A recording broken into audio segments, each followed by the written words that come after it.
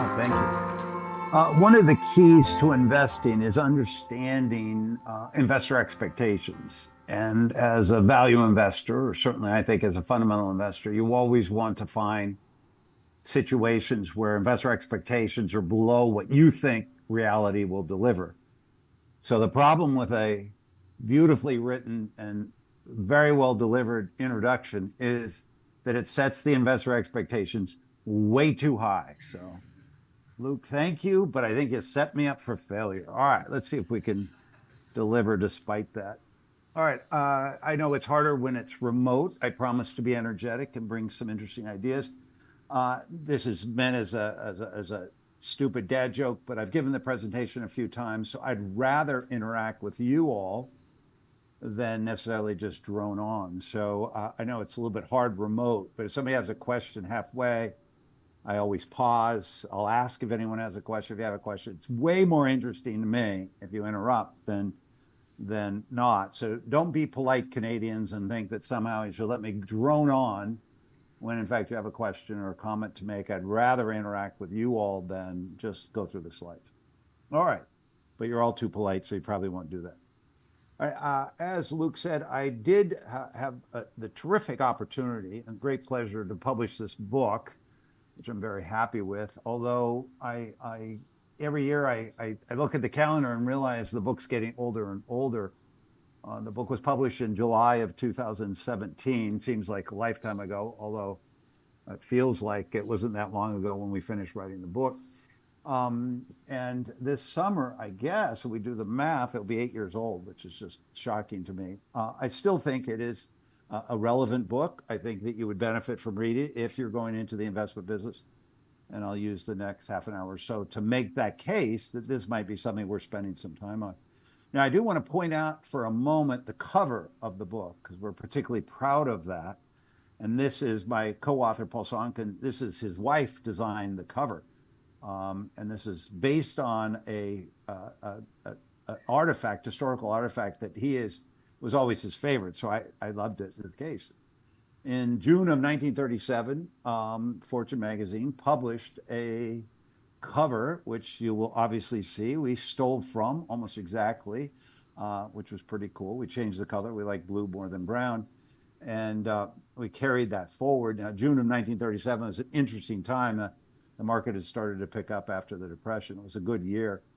I'll also point out that the Fortune magazine was $1 a copy, or $10 a year, and the multiple is about 20 times. So it's about $20 a copy, about $200 a year for what it's worth. All right, when we set out to write the book, we actually started 4 years before we published the book. At that time, I'd been teaching for 20 years, and Paul had been teaching for maybe 15 years. And we thought for sure it'd be very easy to write the book. In fact, we promised we'd deliver the book in 18 months. It took us 4 years, by the way. And once we got into it, we realized, number one, writing a book is hard. So George has written a couple books. Congratulations. It's not easy. That was the first thing we discovered. And the second thing, we realized we didn't have any idea what we were talking about. So we had taught, both of us taught for a long time. And when you go to write, you realize what little you know. In fact, I argue that writing is God's way of telling you don't know what you're talking about. And we certainly found that out. And this story becomes important because it forced us to really think about the basics of all of this in a way that I had never been challenged before. We started out writing a book on pitching. There was no book on pitching then. There still is no other book on pitching, particularly in the market related to stocks. So that was an admirable goal. But as we continued to work on it, we realized we also had to write a second book or a different book before we got to pitching. And out of this exercise, which the good news about writing a book is it forces you to think more clearly about things, which is the benefit. It's not an easy tuition to get that education, but it's worth it. All right, so we realized when we were finally done with the book that there are 4 sections of the book, and there are essentially 4 tasks if you're going to be a modern day investor, particularly if you're going to be involved in an organization. If you're investing your own money, it's really only 3 tasks. But if you're going to be involved with portfolio managers at any level, it's 4 tasks. All right, the first task is you have to determine the intrinsic value of the underlying security. That's number one. Number two, you have to understand market price. And there is a very important difference between the intrinsic value of a company and the market price. So the intrinsic value should be driven by the economics of the business, particularly over time. Whereas market price is really based on investor expectations, as I used in my quick response to that lovely introduction. All right, those are one and two. Number three is the goal, it is risk. You have to be able to identify risk. And there's a deep misunderstanding in the market, the difference between uncertainty and risk. Unfortunately, I can't go into much detail on that today because I really want to focus on the fourth activity, which is the pitch. So if you've identified something that has an intrinsic value that you have a high degree of confidence in, and you think it is mispriced, you don't think investors understand that well, you've been able to, I think, articulate and really understand the potential risks of the investment. Then and only then are you ready to pitch the idea. And when we started, I thought we could just write a book on pitching, when in fact we had to write these other sections as well. And that's the key. And I want to talk about that fourth activity today. All right. Now, this I think is very important. I'm going to come back to this a little later in my presentation. But stocks as narratives. When we teach investing and when we teach security analysis or investment analysis, it is very numbers based. And yet, when we go to talk about the idea to anybody else, it is completely story based. So we have this activity that at the beginning feels like it's an exercise in financial analysis. You got to put the numbers down, you got to understand the numbers, you got to vet the numbers, you do some calculations, you come up with maybe an estimate of intrinsic value. Perhaps that leads to a mispriced security. But then when you flip that around and you start talking to people of why you're excited about the investment opportunity, it's a story you tell. And it's really important to understand that aspect of it. And pitching is about telling that story. So I like to believe that the estimate of intrinsic value is effectively a narrative, although it can be modeled as a DCF. And I want to use that framework in the lecture today. All right, so price is effectively a consensus of all narratives. And that's really important. And obviously, if you believe that price is a consensus of all narratives, then changes in price would be a change in that consensus of narratives. Another way to think about it is price changes when new narratives emerge or a new interpretation of the narrative emerges. So your job as an analyst is understand the current narrative and then discern, maybe ferret out what that new narrative is going to be. In a weird way, you're arbitraging today's price against tomorrow's price. And you're using the narrative structure. So there's a story we tell about a company today. In the future, we will tell a different story about that same company. Now, fundamental investing is using the fundamentals to help drive that future narrative. When you go to look at a company, you're saying, look, I think the narrative today is X.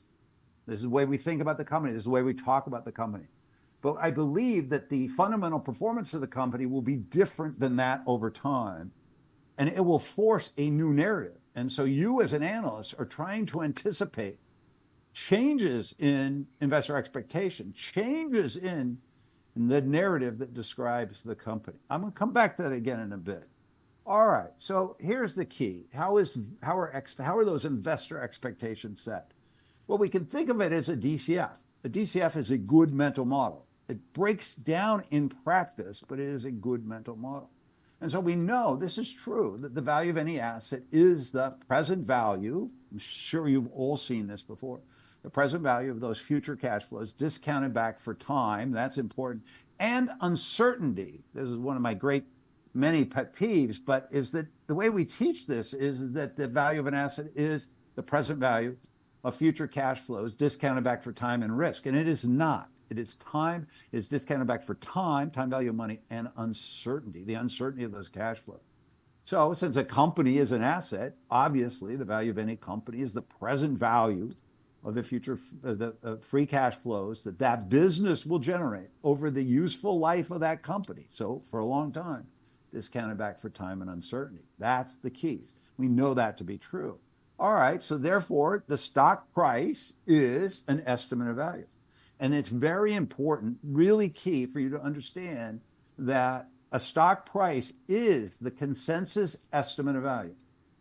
And if you have a variant perspective, you believe that that value, that estimate of value is wrong, then you're essentially saying that I have a better estimate of value than the market. So the stock price is a consensus estimate of value. Your job is to decide whether that is correct. Now, here's the challenge. We don't know what those future cash flows are by definition. If we did, this would be a bond and not an equity. And a bond is fairly easy to price because we know those contractual cash flows. In equities, we don't know that. Therefore, it is an estimate. So the best way to think about it is this, we don't know what those are. So the stock price effectively is an estimate of future cash flows. So stock price represents consensus expectations for future cash flows. We can model these stories as a DCF. And that's we begin to see what this investing game is all about. It is about anticipating changes in expectations related to future cash flows. All right, so price is a consensus estimate of value. It is that estimate of future cash flows. That's the key. And therefore, it now becomes very easy. Change in stock price is effectively change in investor expectations about future cash flow. So we have set this up now. What's your job as an analyst is to determine, come up with a better estimate of future cash flows than the current set of expectations that are priced into the market. And once you've done that, you've essentially done the first stages of preparing yourself for an investment recommendation, which should lead to a pitch. So that's the key. So stock price equals a set of expectations. It's the consensus estimate of value. It's the consensus estimate of those future cash flows. That's what every stock price represents. It's told in a story, in a narrative. Stock prices change because expectations about the future change. As a fundamental analyst, what you're trying to do is determine what sort of economic forces, passage of time, that will change those cash flows and ultimately influence the narrative, the story we tell, because it changes the estimate of value that we see in the company. All right, so stock prices change because consensus expectations change. That's it. If anybody ever asks you why you're recommending a stock, you can simply say that I think it's going to go up. I think expectations are too low. That's essentially what you're saying in the pitch. All right, and consensus expectations change because new narratives emerge. That is really important. All right, I do want to do a quick vocabulary lesson because this is important. The difference between fundamental investing and speculative investing. One is not better than the other. They're just different. All right, with fundamental investing, the asset has a fundamental or intrinsic value, usually based on future cash flow. Fundamental value then determines the investment strategy. So you should be interested in buying the security when the price is less than that fundamental value. And you're going to sell the security when that price is greater than your estimate of fundamental value. And what's really nice is you have a reference point. That fundamental value, that intrinsic value becomes your reference point. If the stock is above the price, you might be interested in selling it. You probably shouldn't buy it because you don't have a fundamental investment thesis. If the price is below that estimate of value, you should be interested potentially in owning it. There are more details there, but that sets it up. Now, speculative assets, by definition, do not have a fundamental intrinsic value. In fact, the definition of a speculative asset is, in fact, an asset that does not have a fundamental value.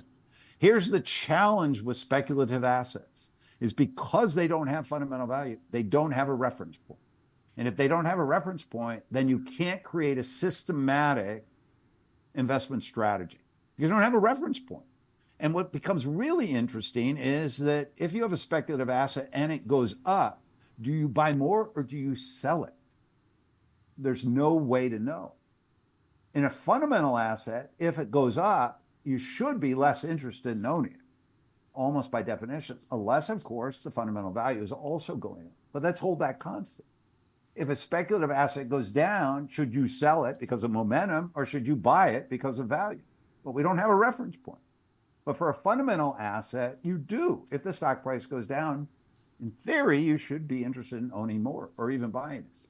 So this is really important. We're going to use this vocabulary a bit throughout the presentation. All right, famous quote from Ben Graham. Most people that study value investing or the history of this know it. In the short run, the market is a voting machine, but in the long run, it's a weighing machine. What did Ben mean? This is basically it. So look on the left. Our vertical axis is the primary stock performance driver. What is the primary driver of stock performance? And then on the horizontal is time. So the shorter the time frame that you're looking at a stock, the more it's going to be driven by speculative changes in value, estimates of value. The longer you hold the stock, it's going to be more driven by fundamentals. So your holding period, the implied holding period, is going to be very much is going to influence the way you think about it. If you have a short holding period, something I refer to as a short duration investment, you are going to be driven by speculative changes in speculative estimates of value. Things are going to move around a lot. You're going to have to deal with volatility. If your holding period is longer, then you're going to be driven more by the fundamentals. So if you're going to be a fundamentally driven analyst, you want to think about the fundamentals. That's going to be the key. You have to have a holding period that is longer, long duration investment. Now, today, many of the hedge funds, particularly in the US, have moved to a very short holding period. And therefore, they're going to be driven by speculative events. And that's going to be mostly earnings surprises, new products, changes in competitive announcements, some sort of news. It's very catalyst driven. Fundamental investors are forced to generally have longer holding periods because they want the fundamentals to determine the stock performance. The changes in those fundamentals drive the fundamental value of the company. So if you think about somebody like Warren Buffett, he's the ultimate long-term holder because he wants to play that fundamentals. Howard Marks tends to position himself so he can have longer holding periods. Those are the people we tend to read about when we read about the greats in fundamental investing. They position themselves to be able to hold a position through short-term volatility because they have a high degree of confidence in their estimate of value, their estimate of the fundamentals. All right, so there becomes your holding period is what's going to dictate really your investment strategy. All right, here's a quote that I love, and I will read it to you, but investing is a supreme act of arrogance because every time someone buys a security thinking it will outperform, someone else is selling that security because they believe it will underperform. Right? Every trade has two sides. You think you're right, but guess what? The other person probably thinks they're right as well. And here's a simple fact of the logic. One of these investors will be wrong. Somebody in the trade is going to be wrong. So the question I ask yourself, and really the essence of being an investor, ultimately into the pitch is, why do you believe you're on the right side of the trade? And that's why I call this the investing the supreme act of arrogance, because everybody somehow thinks they're on the right side of the trade. Well, you better be able to figure that out, and you better be able to defend yourself in that. All right, Charlie Munger, unfortunately passed away a year ago. Warren Buffett's partner. I've always been drawn to him. I think he was a brilliant individual. One of my favorite quotes, it's not supposed to be easy. Anyone who finds it easy is stupid. All right, let's start moving towards the pitch. This becomes important. Failure to get ideas into the portfolio is no different than having no good ideas. The pitch becomes critical. When I started writing the book with Paul Sonkton, he said to me, the pitch is the architecture of the investment recommendation. I knew what the words meant. I had no idea what he was talking about. And within a year or so, I realized he was right. The pitch is the architecture of the research. It is the architecture of the investment recommendation. And I will show you that. All right. So a successful pitch is key to overcoming the challenge. That's how you get things into a portfolio. All right, these are the two skills you need to be successful as an investor, at least in an organization. Analytical skills and pitching skills. We do an excellent job of teaching analytical skills in business school. You guys have a fantastic professor. George is one of the best in the country, and he will teach you superb analytical skills. That's very important. The analytical skills will get you the job, but pitching skills will help you keep the job. And so I will argue, and part of the reason we wrote the book is that there are not enough people trying to teach pitching. And I was certainly honored to come and speak to your class. Not only will pitching skills help you keep your job, but it will help you receive a bonus and get promoted. When I go talk to my good friends who are portfolio managers, I always say, what's your biggest frustration with the analysts? And they say they cannot pitch. I said, what happens to their career if they can't pitch? He said, they don't pitch, they don't get anything into the portfolio. Then what happens? He said, over time, they don't get a bonus, they don't get raises. So learning to pitch is critical. Analytical skills get you the job, pitching keep the job. All right, let's talk a little bit about pitching. All right, three pieces. There's three elements of pitching. The content, that's what you're pitching, what's the idea. Audience, who you're pitching to, and then the delivery, how you're delivering. I won't spend that much time on delivery. I'm going to focus really on the first two. All right, content. All right, here is the cheat sheet we talk about in the book. All right. Every analyst, to do a pitch, you need to answer 4 questions and only 4 questions. That's it. The rest of it is superfluous. Don't need it. All right, question number 1, how much money will I make? Question number 2, how much money could I lose if we're wrong? Question number 3, why is the market wrong? Why is this mispriced? And number 4, how will the next person figure it out? Those are the 4 questions. All right, how much money will I make? That's the upside. If you're correct, how much money will we make? That's the carrot. That's the enticement. That's the greed aspect of it. That gets us excited. That's the opportunity. All right, how much money could I lose? That's really the downside or risk of being wrong. Those are 2 different questions. They have to be addressed differently. They have to be addressed separately. All right, number 3, why is the market wrong? And how did you figure it out? The question you have is, I will always ask. You pitch a stock, I'll say, how long have you been following the company? Oh, we picked it up in class 3 months ago. Really? You figured out that it's mispriced, but everybody else is wrong. Now, if you cannot answer this question, guess what? It may not be mispriced. So I will argue this is the most important question. And then the last one is the catalyst. How is it going to reprice? You're telling me that this is mispriced. Okay, I'm willing to believe you. How's the next person going to figure it out? Why is it going to reprice?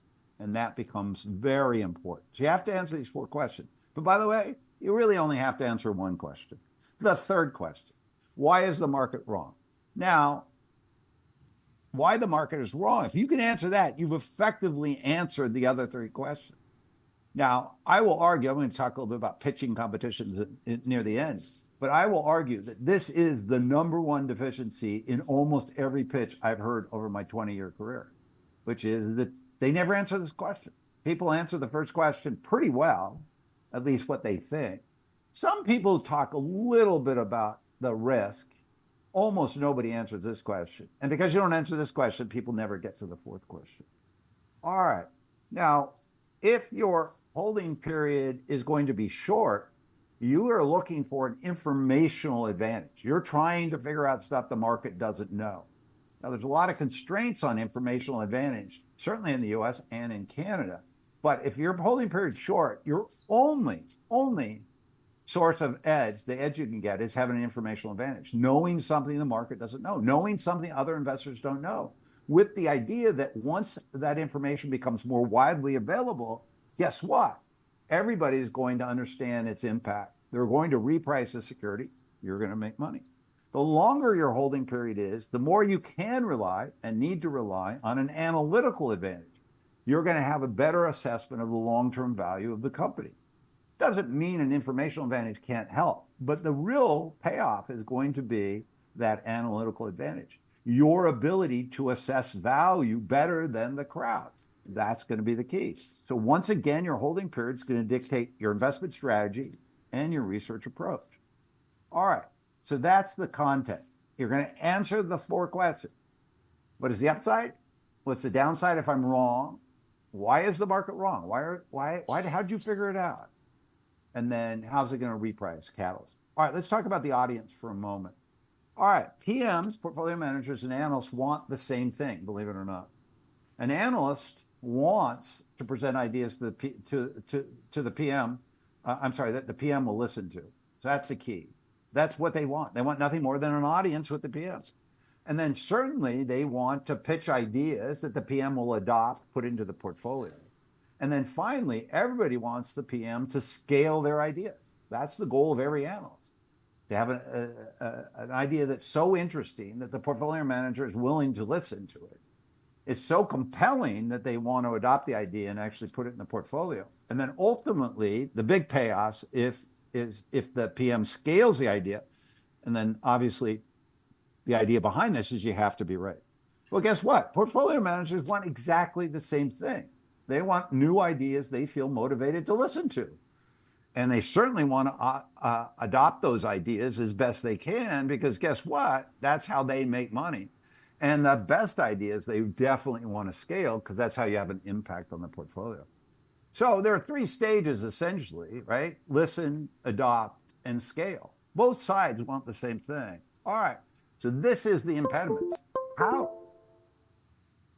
How do we get the, sorry, there was a noise.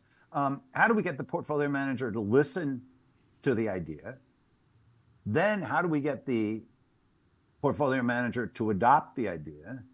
And then finally, how do we get them to scale the idea? That's our goal. All right, let's walk through this. Listening requires that you match the portfolio manager's objective criteria. Objective criteria are things like, I only invest in North America, don't bring them a European or an Asian-based company. Objective criteria is, I only invest in companies over 500 million market cap. Don't bring them something that's 250 million.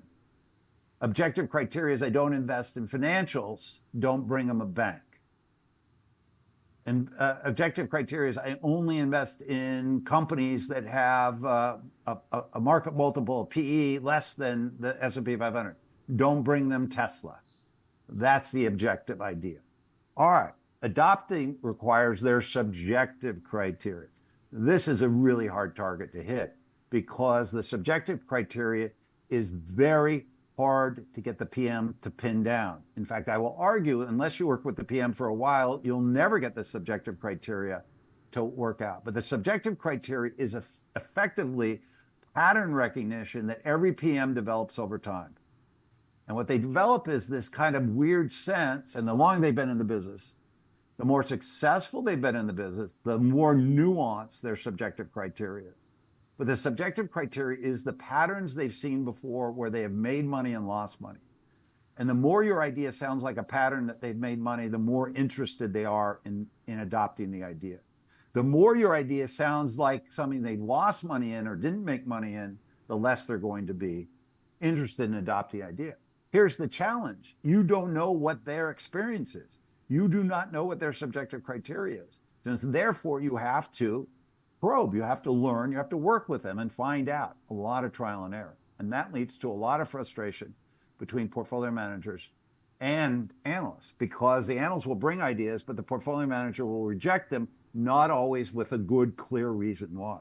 And then scaling is you actually have to transfer ownership of the idea to the portfolio manager. The portfolio manager has to feel they know the idea as well as you do. And then they start to pitch it to their clients. They start to pitch it at hedge fund dinners. They go to conferences and they pitch it. Here's the scary part, is the moment the portfolio manager takes ownership of the idea, the analyst feels that they've been squeezed out of the discussion. And now when year end comes and the analyst wants to get paid for this brilliant idea that's made a lot of money, there's all of a sudden the portfolio manager, in many situations, sort of feels like it was their idea, even though you brought it to them. So this is a tricky balance, and it requires a fair amount of relationship work and trust between the various parties. All right. Those are the three things we need to overcome. All right, next. Keys to a successful pitch. Tell a story. As I said up front, it is a narrative. You want to keep it as simple as possible. The more complicated the pitch is, guess what? The less likely it will get adopted, but more importantly, less likely it will work. All of the great investment ideas are very simple stories. Very simple stories. Think back on Apple. Think back on NVIDIA. Think back on any company you've seen work. The story was quite simple. Second, focus only on the four questions. How much can I make? How much could we lose if we're wrong? Why does the market not understand this? Why are other investors not seeing this value? And by the way, how does this play out? How do people figure it out? What's the catalyst? What's the event map? What are the things, what are the announcements they're going to make that will reprice a stock? And the key is you want to show the portfolio manager how they will make money with the idea, but keep it simple as possible. All right. And we love stories. We're wired to like stories. And all stock recommendations are stories. No one ever goes on CNBC and says, my DCF value using a 5-year explicit forecast, a 3% terminal growth rate, and an 8.5% discount rate says the stock is valued at.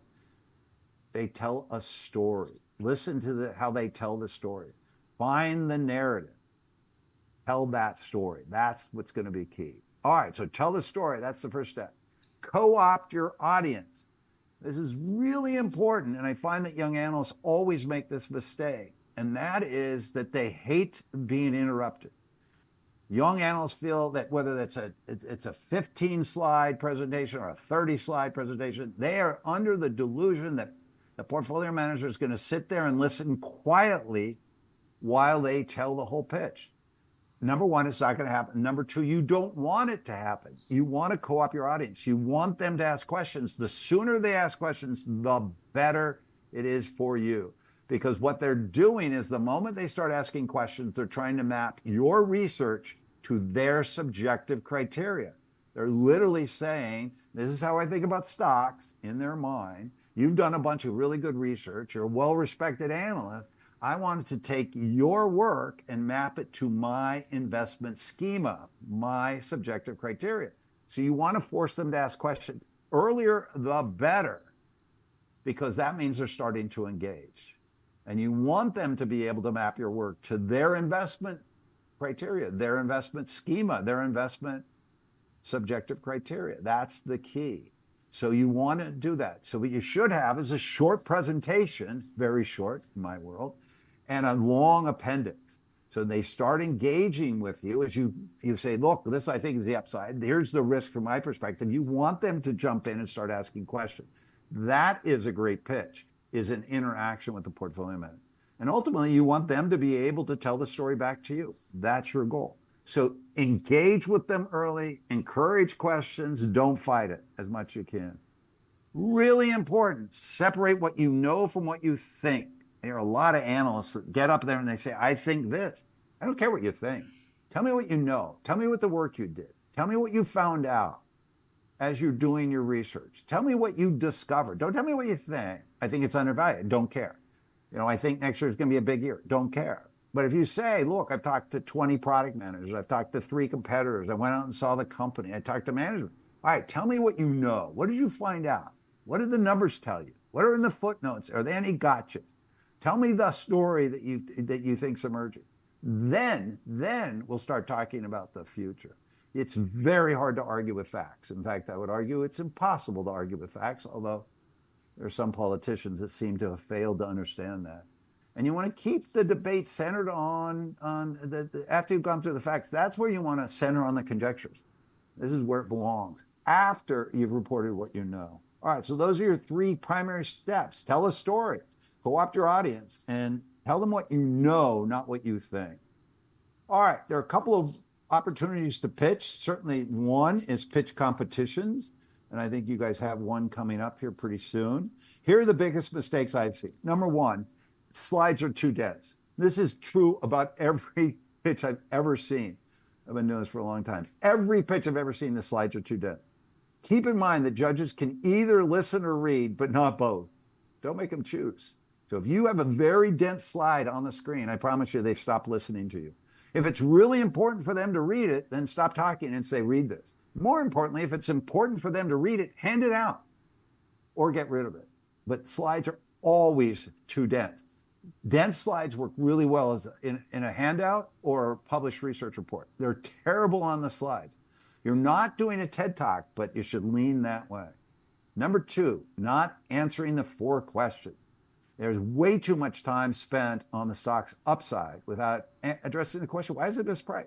And if you can't say it, you can't tell me in a declarative sentence or 2 why it's mispriced, then I'm going to assume it's not mispriced. So you lose. Third thing that I see that just drives me crazy is attempting to answer questions when you don't know the answer. And I will tell you, every portfolio manager I've ever met has a very, very powerful BS detector. And you start winging it, they'll know it, and you're going to lose your credibility. 4th, poor time management. In the history of the world, no one ever left a pitch and said, boy, I wish they had spent more time on it. So if you're given 10 minutes, use 8.5. Your audience will appreciate it. So these are the 4 big mistakes. I see it all the time. If you correct those, you'll be head and shoulders above everybody else. All right, second one is the interview. This is another pitch. All interviews are essentially stock pitches. They may say nice things to you, but at the end of the day, they don't really care. What they want to know is what pitch you have for them and what you're interested in. So you better be prepared. Now, here's the problem. It's almost impossible to know what the investor's subjective criteria is. And you cannot have a different idea or a pitch for each interview. And so you're stuck with one, and you hope you've done a good job on it. So at the beginning of the pitch, in the interview, you say literally this, copy it down, take it in with you, practice it.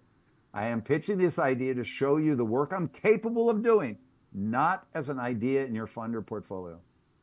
Because otherwise, they're instantly going to go into that portfolio mode. They can't help themselves and say, wow, I've never owned this idea. And they instantly become very negative on it. But you want to co-opt them and say, no. This is just the work I can do. I'm going to show you the kind of what I've learned from George and other people. This isn't for your portfolio. You've got to neutralize that as best you can. And then show them the work you've done, which is really cool. All right, last couple of things, and then we'll open it up to questions. Number one is credibility is critical to idea adoption. Here's the problem. It's really hard to unlearn things. All of our brains are neural nets. We're learning a lot about that from the AI conversation. And neural nets get affected by what we hear. And it's almost impossible to unlearn because the way we learn, we don't have some fact and then we erase it. Everything we hear starts to alter our neural network. And people have learned that if they're hearing information that's false, it's best to not listen. So the analyst must establish credibility early and maintain throughout the pitch. That's the key, right? You need to answer the 4 questions and prove you've done the requisite work. That is for sure. And I would argue, focus on why the market's wrong, how you figured it out, how everybody else is missing it. Here's something that's really important. Small, careless mistakes will undermine your credibility. And I'll become very critical because then I'll start questioning what else is wrong? What else have you done where you cut corners? What else is something that I thought was true but isn't true? And by the way, big mistakes will render the analysis unreliable and potentially useless. And it pollutes the relationship. And I will argue that the moment you have a big mistake, interview's over, the pitch is over, they don't want to hear anymore. So that's really going to be the key. So you got to do credibility, answer the questions, focus on the question, particularly the third question, and then admit any mistakes you made. And then at the end, if you're answering questions, don't wing it. Just say, I don't know. I didn't think it was important. Sometimes PMs will say, it's not that important. I was just curious. Or they may say, no, it's incredibly critical. And then guess what you get to say? I didn't realize it was important. Can I go research that and then come back? And now you get a second chance to talk to the portfolio manager. Write down their question. Not because you won't remember it, but you're showing them you're taking it seriously. Pretty interesting. Now, at the end, don't sell me. Selling is trying to get me to buy something that you have available, your idea. What you're trying to do is pitch. Pitching is trying to come up with something they want. So don't sell me on something just because that's your idea. Don't keep pushing and be that badgering type. What you're trying to do is present an idea that fits their criteria and you're trying to show them that the work you've done. All right, so don't sell, you just want to pitch. All right, I have a YouTube channel out there. I dropped my 30th video this week. It's about 20 minutes each video. It's basically my course from Columbia Business School free. If you're interested, go take a look at that. Thank you.